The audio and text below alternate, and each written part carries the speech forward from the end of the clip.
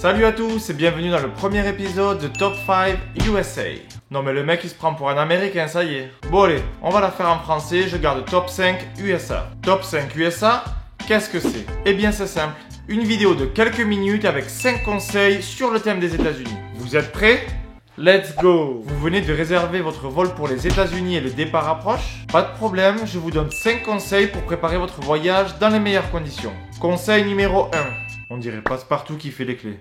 Bon allez, on va la refaire. Conseil numéro 1, faire votre demande de visa. Si vous êtes français, c'est assez simple. Vous avez besoin de l'ESTA. C'est une autorisation de voyage qui va vous permettre de découvrir les États-Unis pour une durée de 90 jours au maximum. Ça vous dispense donc d'une demande classique de visa.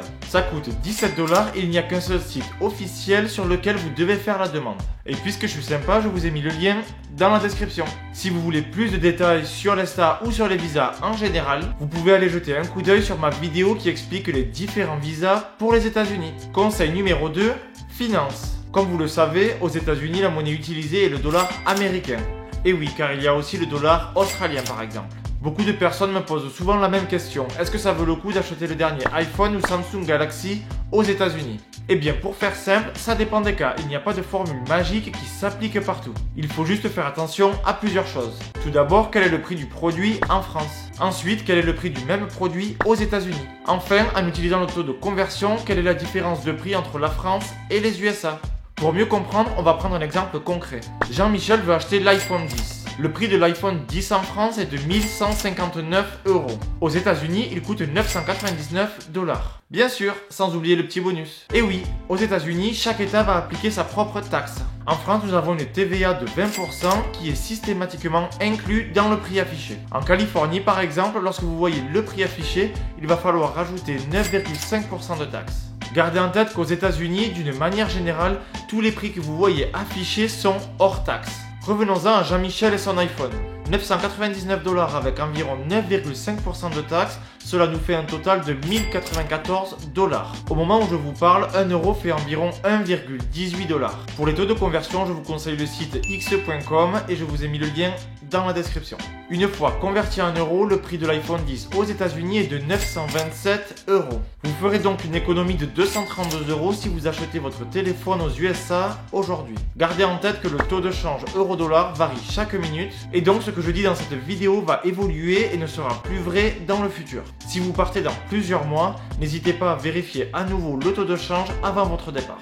En juillet 2008 par exemple, 1 € valait 1,60 $. Si Jean-Michel avait acheté son téléphone en 2008, il en aurait eu pour 684 €, ce qui fait 475 € de réduction. Par contre, lorsqu'un euro valait 1 $ en décembre 2016 par exemple, l'écart de prix n'était pas ou peu visible. Si vous achetez de l'électronique, faites attention à la garantie. Pour Apple par exemple, si vous achetez un iPhone aux États-Unis et que vous avez un problème en France, sachez qu'il y a une garantie internationale et que vous pourrez le faire réparer dans l'Apple Store de votre ville. Par contre, si c'est un produit qui est typiquement américain, je suis pas sûr que ça vaille le coup de le renvoyer aux États-Unis pour le faire réparer. Tant qu'on est dans la finance, n'oubliez pas d'informer votre banque de votre voyage afin qu'il ne bloque pas votre carte bancaire. Ça m'est arrivé et c'est pas vraiment très cool. Vous pouvez aussi penser à faire déplafonner votre carte bancaire si jamais vous avez une limite assez basse. Enfin, beaucoup de personnes me demandent s'il vaut mieux retirer de l'argent sur place, changer de l'argent auprès de votre banque ou bien payer directement tout avec votre carte bleue. Ici aussi, ça dépend de votre carte bancaire. Mais pour faire simple, si vous avez une carte bancaire business ou voyage, vous pourrez retirer de l'argent sur place au taux actuel et payer sans frais de commission. Si vous avez une carte classique avec des frais de commission sur les paiements ou retraits à l'étranger, ce sera à vous de faire le calcul pour voir ce qui est le plus intéressant pour vous. En ce qui me concerne, lorsque je voyageais aux États-Unis, je changeais quelques euros en dollars. J'utilisais alors cet argent en liquide pour payer tous les montants inférieurs à 20 $ et je payais les montants supérieurs à 20 $ par carte bleue. La raison pour laquelle je faisais ça est que j'avais des frais importants de commission pour les retraits à l'étranger, mais les frais de commission pour paiement par carte bleue étaient assez faibles. Je ne retirais que très peu, voire pas du tout, dans les distributeurs américains. Dernier cas, si vous connaissez quelqu'un aux États-Unis, je vous conseille vraiment d'utiliser le site TransferWise. Vous pourrez alors transférer de l'argent directement à cette personne et elle pourra retirer la somme transférée en dollars. C'est le site que j'utilise régulièrement lorsque j'ai de la famille ou des amis qui viennent me voir. Et ce n'est pas un placement de produit, je n'ai aucune commission chez eux. Conseil numéro 3, l'électricité. Et oui, ici aussi on a l'électricité, mais c'est du 110 volts, pas du 220 volts comme en France. Pour la plupart des appareils électroniques comme les téléphones, les tablettes, les baladeurs MP3, les caméras, appareils photo ou ordinateurs portables, il n'y a pas de problème puisqu'ils sont compatibles 110 volts et 220 volts. Ce qui veut dire que vous aurez juste besoin d'un adaptateur qui va transformer la prise française en prise américaine. Ça coûte moins de 10 € et c'est disponible un peu partout. Pour mesdames en particulier, faites attention. Dans la plupart des cas, les sèche-cheveux et fer à lisser fonctionnent en 220 volts uniquement. Il va vous falloir un convertisseur qui va transformer la tension de 220 volts à 110 volts. Si vous amenez votre fer à lisser français aux États-Unis et que vous n'avez pas de convertisseur, il ne fonctionnera tout simplement pas car vous lui donnez une tension de 110 volts alors qu'il a besoin de 220 volts pour fonctionner normalement. Petite info, vous trouverez la tension que votre appareil demande sur l'étiquette blanche à l'arrière de celui-ci. Conseil numéro 4, quels vêtements emporter? Et oui, vous n'allez pas partir à poil non plus. Faites attention à toujours prévoir quelques vêtements un peu plus chauds, même l'été, même lorsque vous partez en Californie. Votre road trip dans le sud-ouest américain passera probablement par Yosemite, Death Valley ou autre parc national. Et vous pouvez passer très vite de 45 degrés à Las Vegas à 10 degrés à Yosemite. Dans les villes côtières comme San Francisco par exemple, il y a du vent régulièrement et il pleut très souvent, même en été. Aussi, dans 99% des hôtels, restaurants, musées, centres commerciaux et autres endroits publics, il y a la climatisation à fond. À Las Vegas en été par exemple, vous pouvez passer de 45 degrés en extérieur à 15 degrés à l'intérieur d'un hôtel. Enfin, si vous partez pour une longue journée de visite, n'oubliez pas une petite veste dans le sac à dos, même à Los Angeles. Même en été, il fait souvent très chaud durant la journée et plutôt frais dans la soirée. Conseil numéro 5, les tips ou pourboires. Aux États-Unis, quand on va au restaurant, il est normal de laisser un pourboire. Ce pourboire est calculé sur un pourcentage de l'addition qui varie entre 10 et 20%. On peut donner 10% de pourboire s'il y en a eu un ou plusieurs soucis durant le service. Si le service a été correct, on donne généralement 15% de pourboire. Enfin, on pourra donner jusqu'à 20% de pourboire si le service a vraiment été excellent. La remarque qu'on peut se faire, c'est qu'il vaut mieux travailler dans un restaurant ou dans un bar où les prix seront un petit peu plus élevés que la moyenne, car les pourboires seront basés sur le coût total de l'addition. Prenons par exemple le cas d'un dîner au restaurant pour 2 personnes. Si le montant de l'addition est de 50 $, vous laisserez un pourboire de 15%, ce qui correspondra à 7,50 $. Maintenant, si vous avez le même dîner pour 2 personnes dans un restaurant un peu plus branché, par exemple avec un dîner pour 2 à 150 $, recevoir 15% de pourboire correspondra alors à 22,50 $, ce qui fait quand même une différence. Cela peut paraître injuste car un serveur travaillant dans un restaurant d'entrée de gamme touchera en moyenne des pourboires inférieurs à une personne travaillant dans un restaurant un peu plus branché, alors que le service ne sera pas forcément moins bon. Et la principale raison pour laquelle le pourboire est très recommandé aux États-Unis, c'est qu'en règle générale, le serveur est payé la moitié du salaire minimum. Ces revenus proviennent donc principalement des pourboires.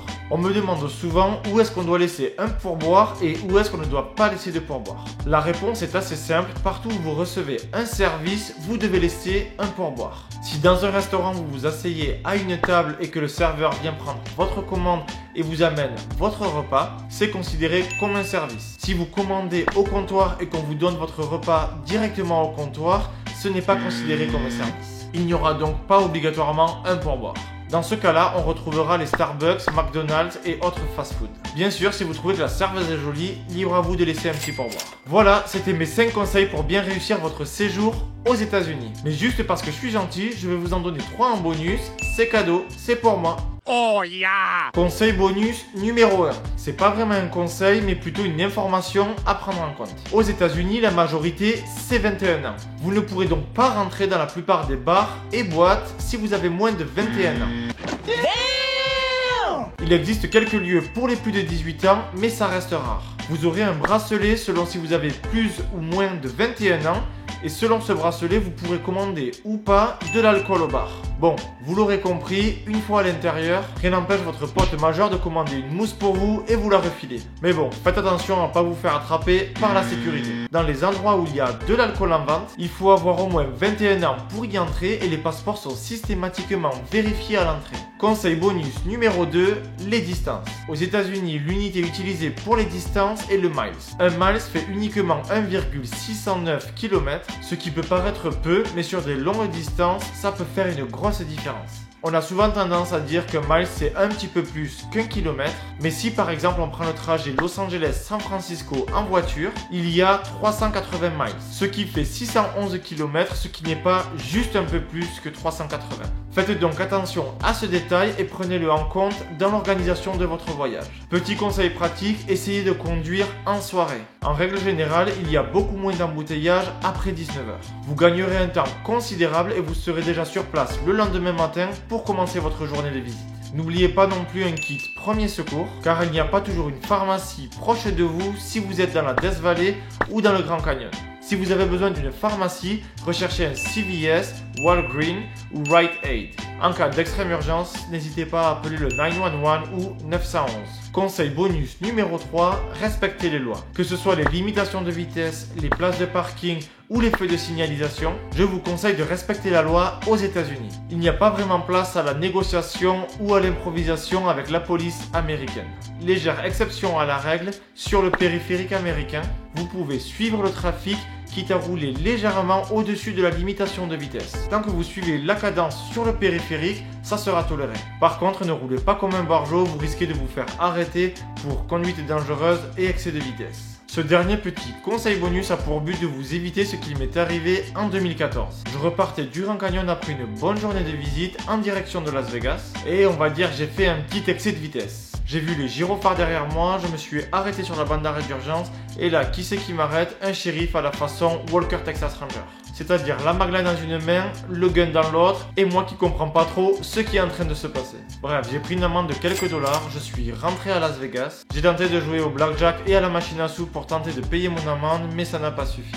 Au passage, je sais même pas si c'est une amende ou un ticket de caisse. Regarde ça. Enfin, ça m'a bien servi de leçon et je recommande vraiment à personne de s'amuser à titiller la police américaine. C'est tout pour aujourd'hui, j'espère que ces quelques conseils vont vous aider à préparer votre voyage aux États-Unis. Écrivez-moi quels sont vos conseils dans les commentaires.